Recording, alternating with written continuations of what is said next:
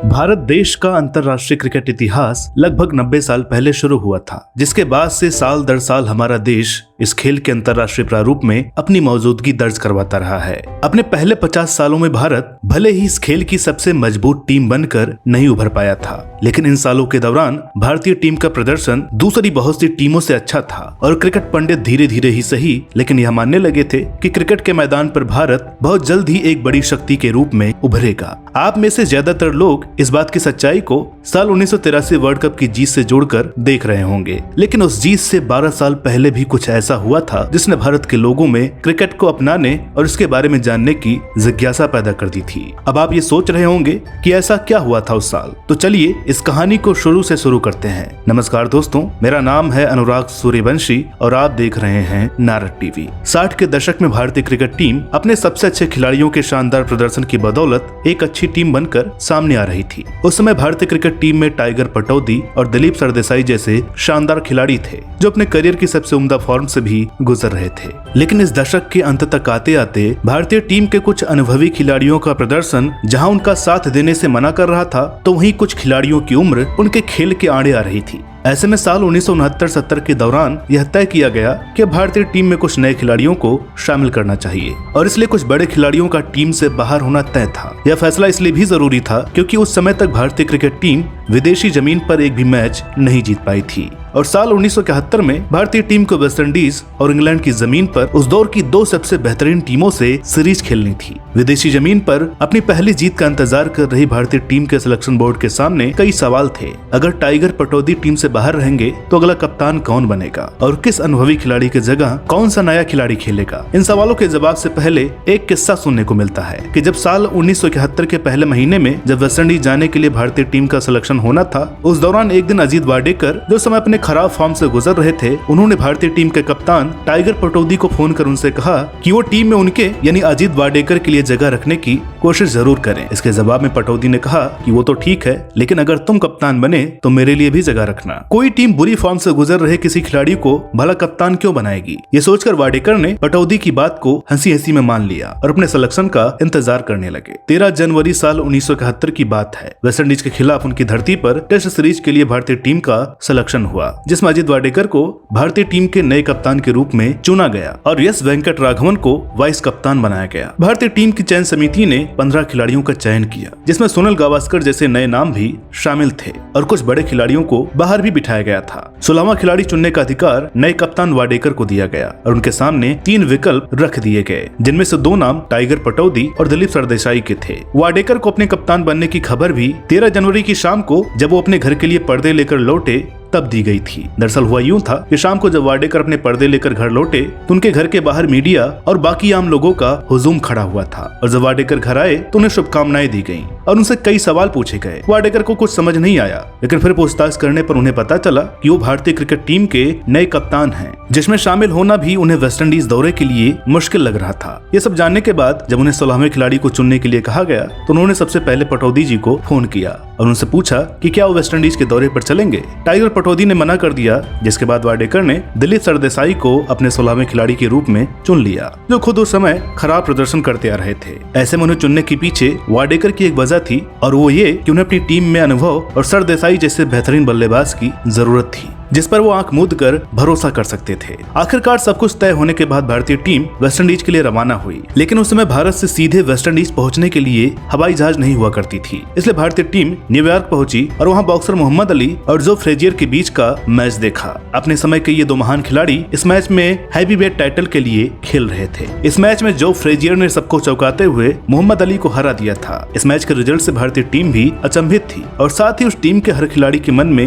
एक सवाल भी उठ रहा था, वो ये कि अगर फ्रेजियर अली को हरा सकता है तो भारतीय टीम वेस्टइंडीज को क्यों नहीं हरा सकती। वेस्टइंडीज के खिलाफ क्रिकेट के मैदान पर अपनी पहली जीत तलाश रही भारतीय टीम के लिए यह बॉक्सिंग मैच भी एक तरह से अहम साबित हुआ और न्यूयॉर्क से यह टीम एक नए जज्बे और जोश के साथ वेस्टइंडीज के लिए रवाना हुई। अब आते हैं पहले मैच पर, जो 18 से 23 फरवरी 1971 किंगस्टन के सबाइना पार्क पर खेला गया था। गुडम्बा विश्वनाथ के चोटिल होने के कारण इस मैच में दिलीप सरदेसाई को खेलने का मौका मिला, लेकिन सुनील गावस्कर इस मैच से अपना टेस्ट डेब्यू नहीं कर पाए थे। वेस्टइंडीज के कप्तान गैरी सोबर्स ने टॉस जीतकर पहले गेंदबाजी करने का फैसला लिया और भारतीय टीम बल्लेबाजी करने उतरी। लेकिन उस समय वेस्टइंडीज की घातक गेंदबाजी लाइनअप के सामने जो हाल लगभग हर टीम का हो रहा था, वही हाल इस मैच में भारतीय टीम का भी नजर आया। भारतीय टीम 75 के स्कोर पर अपने पहले 5 विकेट गंवा चुकी थी। इसके बाद मैदान पर उतरे दिलीप सरदेसाई ने अपने साथी एकनाथ सोलकर के साथ मिलकर अपने अनुभव और शानदार बल्लेबाजी स्किल की मदद से वेस्टइंडीज की गेंदबाजी लाइनअप को अगले 137 रनों तक सर उठाने का मौका नहीं दिया।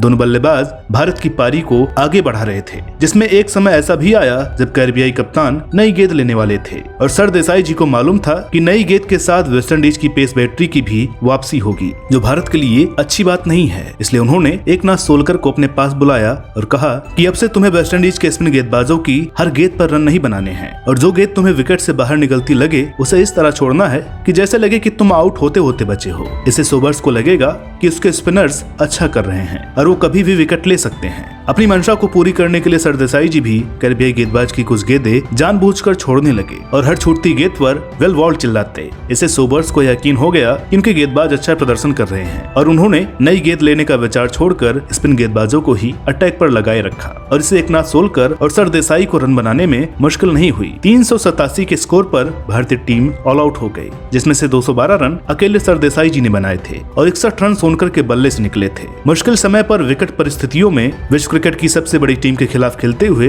सरदेसाई जी भारत की तरफ से विदेशी जमीन पर दोहरा शतक लगाने वाले पहले खिलाड़ी बन गए थे। और इस पारी का प्रभाव यह रहा कि कैरिबियाई टीम इस चोट से कभी उभर नहीं पाई और पहली पारी में सिर्फ 217 रन ही बना पाई। इस चोट की आग में घी डालने का काम वाडेकर ने वेस्टइंडीज के ड्रेसिंग रूम में पहुंचकर किया और अपने आइडल सोबर्स से कहा कि आपकी टीम को फॉलो ऑन खेलना पड़ेगा, तैयार हो जाओ। यह बात वेस्टइंडीज के अहम पर एक करारा थप्पड़ था, जिससे कैरिबियाई टीम पूरी सीरीज के दौरान जूझती रही। आखिरकार यह मैच ड्रॉ पर खत्म हुआ, लेकिन भविष्य की पटकथा में भारत के लिए यह मैच सबसे ज्यादा अहम साबित हुआ। अगला मैच 6 मार्च को शुरू हुआ, जिसमें वेस्टइंडीज ने एक बार फिर टॉस जीतकर पहले बल्लेबाजी करने का फैसला किया, लेकिन भारतीय गेंदबाजों के सामने बड़ा स्कोर खड़ा नहीं कर पाई और सिर्फ 214 रन ही बना पाई। इरापल्ली प्रसन्ना ने 4 विकेट लिए थे। सुनील मनोहर गावस्कर ने इस मैच से अपने अंतर्राष्ट्रीय क्रिकेट करियर की शुरुआत की और पहली पारी में वेस्टइंडीज के खिलाफ खेलते हुए शानदार 65 रन बनाए। दिलीप सरदेसाई के नाम एक बार फिर सेंचुरी लिखी गई और भारतीय टीम एक बड़ी बढ़त हासिल करने में कामयाब रहा। वेस्टइंडीज टीम इस मैच में अपनी बल्लेबाजी से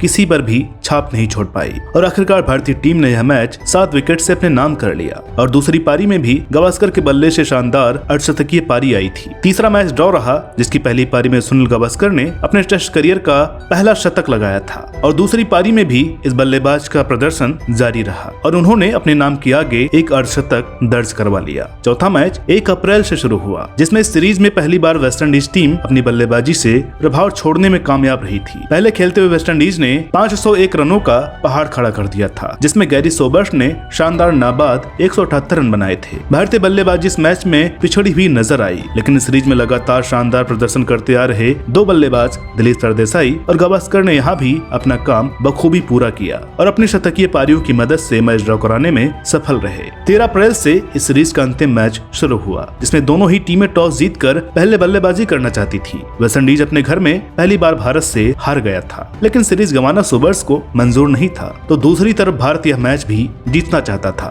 टॉस के लिए दोनों कप्तान मैदान पर उतरे और ज्यों ही सिक्का उछला, वाडेकर ने पिछले 4 मैचों की तरह हेड्स बोलने की जगह टेल्स बोल दिया। सोबर्स का ध्यान सिक्के पर था। उन्होंने वाडेकर की आवाज पर ध्यान नहीं दिया, क्योंकि उन्हें लगा कि वाडेकर ने इस बार भी हमेशा की तरह ही हेड से ही बोला होगा। सिक्का गिरा तो टेल्स नजर आ रहा था। दोनों कप्तानों को लगा कि वो टॉस जीत गए हैं और इसलिए दोनों कप्तानों ने एक साथ अपना निर्णय बताया कि वो बैटिंग करना चाहते हैं। अब दोनों टीमें एक साथ तो बैटिंग कर नहीं सकती थी, इसलिए कुछ समय के लिए मैदान पर सन्नाटा छा गया। सभी लोग ये सोचने लगे कि आखिर टॉस किसने जीता है। आखिरकार सोबर्स ने बड़ा दिल रखते हुए भारत के निर्णय को स्वीकार कर लिया और भारतीय टीम पहले बल्लेबाजी करने उतरी। सुनील गावस्कर ने पहली पारी में एक और शतक लगाया, तो वहीं सरदेसाई ने भी शानदार अर्धशतक पूरा कर भारत का स्कोर 360 तक पहुंचा दिया था। जवाब में वेस्टइंडीज टीम ने भी शानदार खेल दिखाया और 526 रन बनाए, जिसमें सोबर्स के बल्ले से शतक आया था। अपनी दूसरी पारी में खेलने उतरी भारत की शुरुआत अच्छी नहीं रही, लेकिन यहाँ सरदेसाई की वो भविष्यवाणी सही हो गई जो उन्होंने मैच के दौरान वेस्टइंडीज के खिलाड़ियों के सामने सुनील गावस्कर के लिए बताई थी। दरअसल पहले मैच के दौरान सरदेसाई ने वेस्टइंडीज के खिलाड़ियों को गावस्कर का परिचय देते हुए कहा था कि तुम लोग मुझे छोड़ दो, 21 साल का लड़का भी तुम्हारी टीम के खिलाफ दोहरा शतक लगाएगा आखिरी मैच की दूसरी पारी में गावस्कर ने शानदार 220 रन बनाए। आखिरकार यह मैच भी ड्रॉ रहा और भारतीय टीम वेस्टइंडीज के खिलाफ पहली बार सीरीज जीतने में कामयाब रही। सुनील गावस्कर ने सीरीज के 4 मैचों में 774 रन बनाए थे, तो सरदेसाई ने भी 642 रनों का योगदान दिया था। भारत के वाइस कैप्टन वेंकट राघवन ने सबसे ज्यादा 22 विकेट अपने नाम किए थे। इस सीरीज में लिटिल मास्टर सुनील गावस्कर के खेल से खुश होकर वेस्टइंडीज के एक संगीतकार ने गावस्कर की बैटिंग पर आधारित एक गाना भी रिलीज किया था। वेस्टइंडीज के बाद भारतीय टीम इंग्लैंड के लिए रवाना हुई और वहां भी 3 मैचों की टेस्ट सीरीज भी 1-0 से अपने नाम करने में सफल रही। तीसरे मैच के आखिरी दिन गणेश चतुर्थी थी और इस दिन जब भारतीय टीम मैच से पहले प्रैक्टिस कर रही थी, तभी रसियन सर्कस से निकला एक हाथी अचानक मैदान में घुस गया, जिसे देखकर भारतीय टीम के मैनेजर ने वाडेकर से कहा कि आज गणेश चतुर्थी का त्योहार है और हाथी के रूप में शायद भगवान गणेश जी ही हमें आशीर्वाद देने आए हैं। यह सुनकर वाडेकर हाथी के पास गए और उनका आशीर्वाद लिया। आखिरी दिन गणेश जी के आशीर्वाद से भगवत चंद्रशेखर ने 6 विकेट लेकर इंग्लैंड को 101 पर ऑल आउट कर दिया और भारत पहली पारी में पिछड़ने के बाद भी यह मैच जीतने में कामयाब रहा। अपने देश से खाली हाथ निकली भारतीय टीम जब फिर से अपने देश पहुंची तो 2 बड़ी टीमों के खिलाफ शानदार प्रदर्शन और जीत उनके साथ थी, जिसे देखते हुए उनका मुंबई शहर में शानदार स्वागत किया गया। साथ ही रेडियो के जमाने में लोग अपने खिलाड़ियों को खेलते हुए नहीं देख पाए थे, उनके लिए सिनेमाघरों में एक मिनी फिल्म चलाई गई जहां लोग अपने हीरोज को देख सकते थे। साल 1971 शायद वह पहला मौका था जब भारतीय लोगों ने क्रिकेट खिलाड़ियों को अपना हीरो, सुपरस्टार और अपना आइडल माना था। तो दोस्तों, उम्मीद करते हैं कि आज का यह वीडियो आपको पसंद आया होगा। वीडियो अगर अच्छी लगी हो तो प्लीज इसे लाइक करें, शेयर करें और चैनल पर नए हो तो प्लीज इसे सब्सक्राइब जरूर करें। तो मिलते हैं अगले वीडियो में एक और नई कहानी के साथ। तब तक के लिए नमस्कार।